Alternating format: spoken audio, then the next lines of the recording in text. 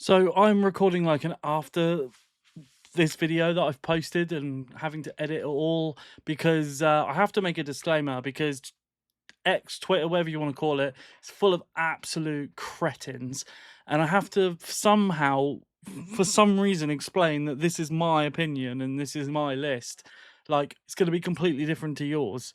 That's absolutely fine. I don't understand why people are like, you put that there and you put that there. Yeah, it's ranked in its genre. If you're really hard to understand that I can't have two movies that are both just as good as each other in the same number. It just doesn't work. It's a ranking for a reason. So get that around your skulls, okay, for the people that are like screaming at their phones or being keyboard warriors. So I've experienced a lot of hate on Twitter for no apparent reason, and then they get surprised when I'm like, you're a cunt.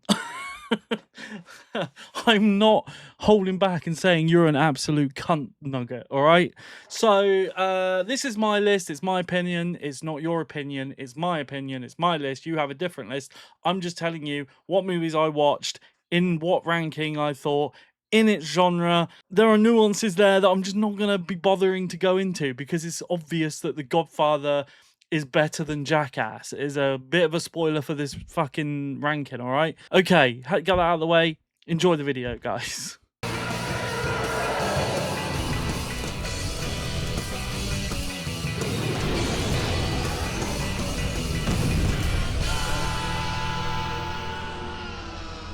So we got to the end of June. Can't believe it. It's gone so quick.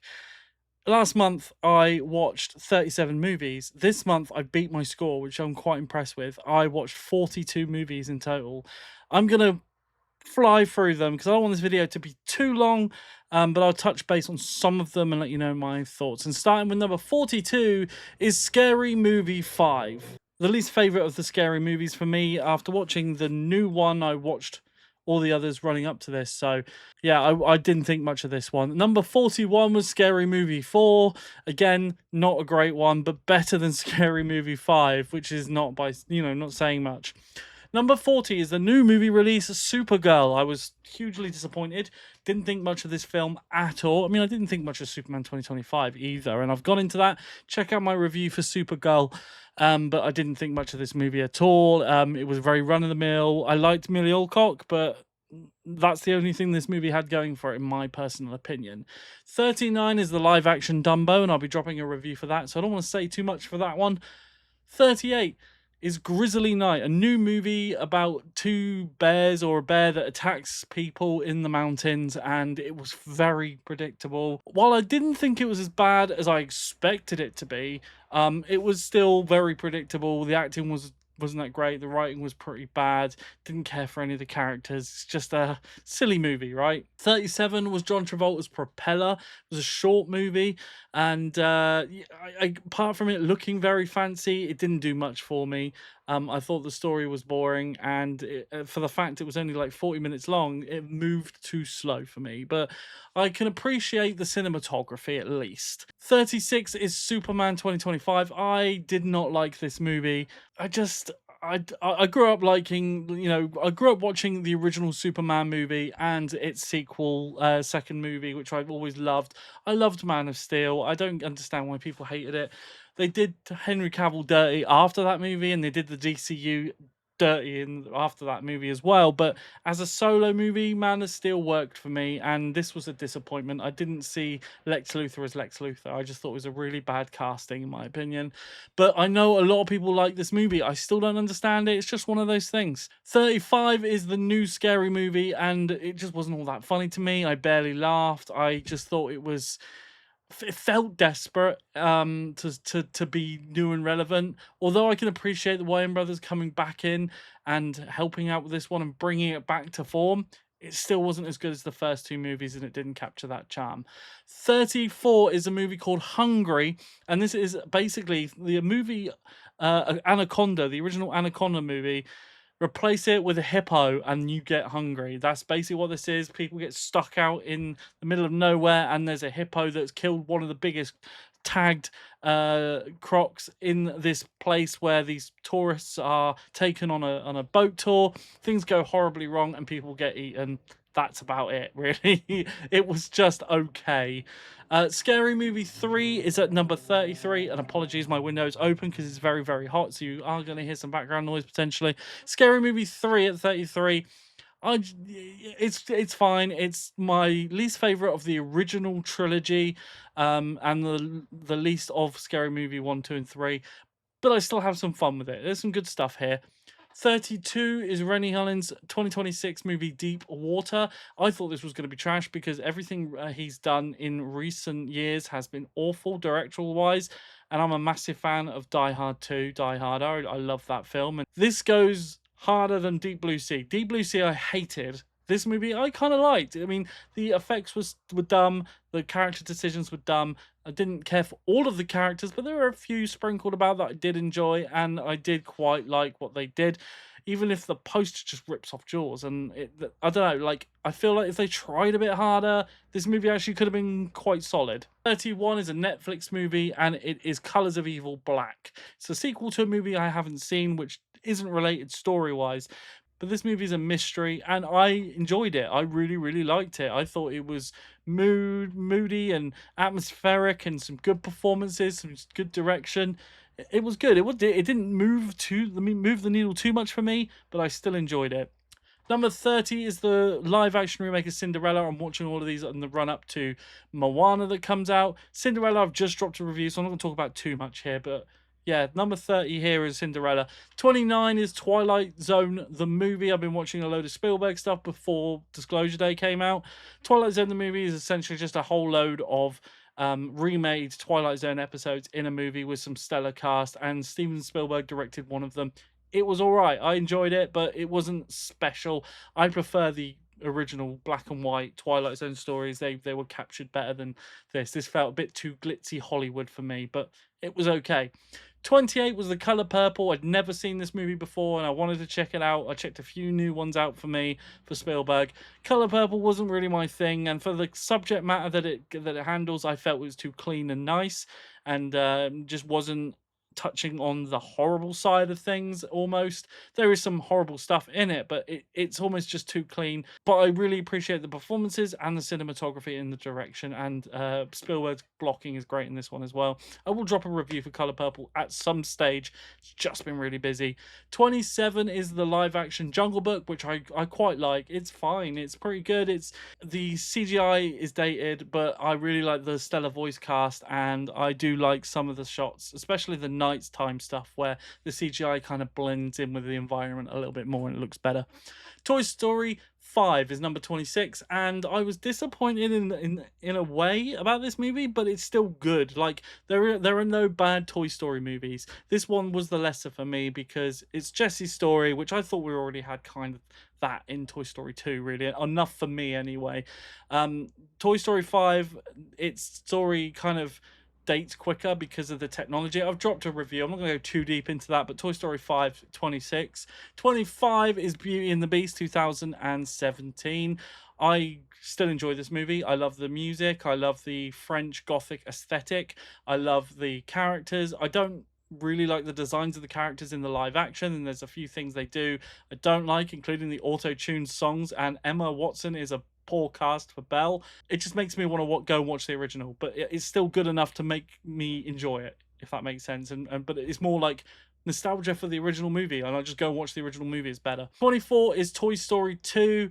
I do like this movie, but it's one of the, again, lower on the list of Toy Story movies, even though there are no bad Toy Story movies. It's fun, it's nostalgic. I like Owl's Toy Barn, but there are too many villains. There's too much going on. It moves too quickly for me. But it is a solid sequel, and I know loads of people love this movie. 23 is Hoppers. I still haven't got around to doing a review for this one yet. Another 2026 movie that I sort of caught up on late in the game. I really like this movie. I thought Pixar did a stellar job with this one. It's an interesting new story that we haven't seen before from Pixar. It's not a sequel, it's something original, and I like the animation style. I liked the story. I liked how it progressed, and it had a lot of heart. Hoppers is a solid one, guys. It's not the best Pixar. It's definitely not the worst. It sits somewhere in the middle, and I enjoyed it a lot. 22 is Toy Story 4. I enjoyed it more the second time. This was the second time I watched it. I saw it coming out in the cinema. I thought I was quite disappointed. But when watching this one again, sorry, I'm talking really fast. I'm trying to get through all of these movies. But when I saw it again, I was pleasantly surprised that it had kind of gone up for me in my view of the movie. Quite liked it. It has its problems. But it's solid. 21 is Jackass 3 or Jackass 3D. It's probably one of the worst Jackass movies, but it's still good. Like they're again, just like I was saying with Toy Story, there are no bad Jackass movies. They're all stellar. They're all the same quality. They've never dipped in quality. It's just that they focus on a lot of 3D effects in this one. It's fun. It's Jackass, and that leads me to 20 as well, which is Jackass Forever, which I thought would be the last one and is one of the best ones. Has a lot of great moments in it. Some real good stuff with like new cast members, which leads me into number 19, Jackass Best and Last. It's the newest one. I've dropped a review for it. It's not my favorite one, but it's definitely up there. 18, the original Masters of the Universe. I had to check this out for the first time before seeing Masters of the Universe, the new one. And I grew up with the toys. I didn't grow up with the cartoon or anything like that. I grew up with the toys, so I never got heavily invested in the franchise, but I really like this original. It's corny, it's 80s, it's cheesy. Dolph Lundgren is bad, but somehow good. And in fact, the whole film is just bad, but good. It's one of those films, but there's so much 80s nostalgia and like, it just feels like my toy box coming alive as a kid, so that's why I liked it. 17 is Sheep Detectives. I love this movie. This movie has so much heart and surprised the hell out of me. I thought I was going into like Babe, Pig in the City or something. But no, I should have known, stellar cast, even Hugh Jackman, which annoyingly is underutilized, but it serves the plot for that reason. But really great cast, really great CG sheep, and a great mystery. It doesn't really have that much rewatchability for me, but I had a great time, and it's definitely at the moment in my top 10 for 2026. 16 is Masters of the Universe 2026. This movie has bombed, and it just blows my mind because I had such a good time with it. I thought it was great. I wasn't too fussed by the jokes. I found them kind of funny. Again, it's like my toy box coming alive. It's exactly like what the other one did for me, but in a better way, because it was kind of like more, well, obviously more modern, but it was more focused on Eternia, more set in Eternia than it was Earth, like the original. So really liked this movie. Even Jared Leto. I don't like Jared Leto, but he's unrecognizable in this movie, thank God. Masters of the Universe, go and check it out if you haven't seen it. You probably will enjoy it. You probably just put off by what you're seeing in the trailers. I don't think the trailers did it all that justice, to be honest. I still found it fun. Anyway, check out the review for that one. 15 is Christopher Robin. Again, another Disney live action I'm checking out before Moana. And I've seen this one, I saw it in the cinema. This is my second time watching it. And it's got so much heart. It's actually one of the best live actions I've watched for Disney. I like Ewan McGregor in it. I like the cast of Tigger and Pooh and Eeyore and all of those characters are so good in it, and I think it works because it's blended in a real environment, whereas Jungle Book had CG environment completely. This blends both and truly is a live action, whereas Jungle Book really isn't. Love Christopher Robin. It was a great film, and I will continue to watch that film. I think it got me emotional, and I love that when a movie makes me emotional and it's about a walking talking bear, and I'm like 36, so that's a bonus. 14 is Empire of the Sun, another movie I hadn't checked out before of Steven Spielberg's. I've just never got round to it, and I did this time. I love this movie. I thought it was great. Malkovich is just shines in this movie, and a young Christian Bale, and it's a real different perspective of the war that you never see, and I like movies like that. So Empire of the Sun gets me a thumbs up. I will eventually get round to doing a review for that one. 13 is Saturine. I loved this movie. This was like Ozempic horror, basically. It's just not something we've ever seen before, and it's gone under the radar. It's a new movie this year. I thought the performances were great. I thought it was creepy. The ending was unsuspecting. Just everything that unraveled in this movie was terrifying, and I was all for it. Love it. I thought it was great. Check this one out. I will do a review. Gonna get round to it. 12 is The Drama. I've dropped a review on this. I've seen this twice this year already, and I love this movie. I love the spin you don't see coming, and you're kind of wondering where this movie is going up to that one point, and then it blows the lid open, and it's amazing. 11 is The Godfather Part 2. I'm watching at the moment all of the top 100 IMDb movies and posting quick thoughts on TikTok, and eventually I'm going to get round to doing reviews for them.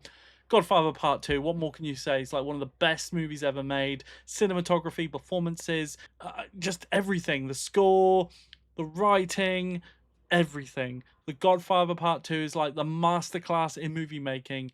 And while I do actually prefer the original Godfather, this one is just like here. I love Godfather Part 2.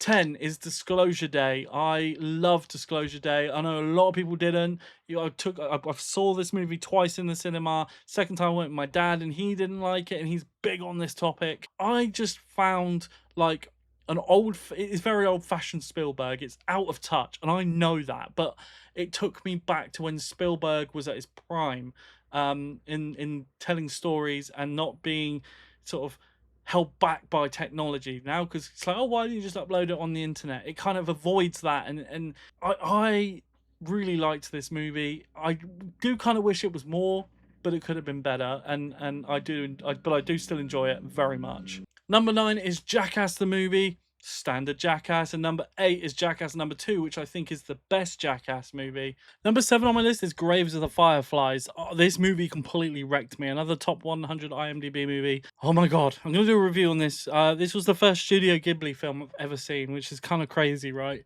This movie wrecked me. I love the story, the characters, the animation. Everything about it was beautiful, and it got to the point where I was like, no, this is in my top movies of all time list. Straight up incredible movie. I will definitely do a review for that at some point. Toy Story 3 is number 6, and it is definitely where, in my opinion, I think Toy Story should have left it. As much as I like Toy Story 4 and 5, Toy Story 3 was a perfect ending for me, and it's like now it's like the end of the Andy trilogy. It's just kind of wild. Loads of emotions, some great characters, a villain that I think is probably one of the best villains in the Toy Story franchise because you kind of feel sorry for him with his backstory. Great film. Number 5 on my list is The Green Mile, another top 100 IMDb movie that I watched, and it's not the first time I've seen it. I've seen it many times, and for whatever reason, I enjoyed it the most this time round, and I think it's because as I've grown up, you understand the movie a lot more. I watched this movie for the first time when I was very young, mainly because my dad bought a lot of stuff, and my dad really got me into stuff. Like, he'd buy films, and then I'd watch them, and that's how I kind of discovered some of the best movies. So The Green Mile to me is an amazing movie that not only Tom Hanks holds up. Like, normally Tom Hanks is in a movie, he's the one that holds the movie up. You know, Forrest Gump, Castaway, you know, all of his greatest movies is Tom Hanks holding the movie up on his own shoulders. In The Green Mile, it's everybody. It's such a great movie, such an amazing cast, amazing dialogue, and of course Stephen King's story. So I'm gonna instantly love that because he's my favorite author. 4 is Pressure, and I loved this movie. I managed to see it early, which I would absolutely adore. I'm going to definitely go and see it in September on the big screen when it comes out in the UK here. Gotta watch this movie, guys. It's one of my favorite war movies now, and a great perspective of D-Day. Absolutely different, and just Brendan Fraser's performance is mind-blowing. 3 is the original Toy Story, and again, one of my favorite movies of all time. One of the best animated movies, the best Pixar movie. I love Toy Story. It is so fun and so simple, and the way it juggles these characters, fleshes out these characters, and just is so heartwarming and has a lot of emotion. I love it. Amazing film. 2 is Braveheart, another one of my favorite movies of all time. I know it's historically inaccurate. Nobody gives a fuck about that.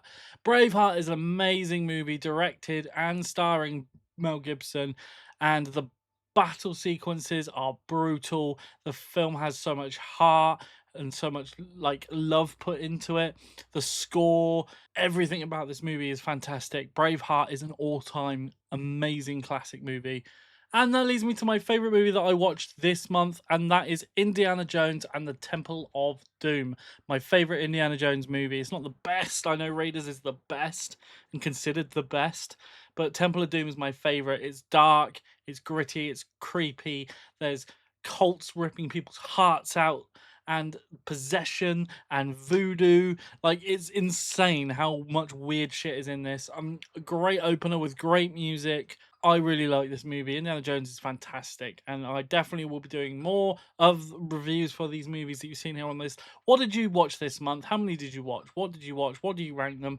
What are you looking forward to next month? Let me know in the comment section below your thoughts. Have a great July, guys. We've got Spider-Man, we've got The Odyssey, Moana live action, and Evil Dead Burn. Some great movies coming up I can't wait to share my thoughts on. I'll see you with the next one.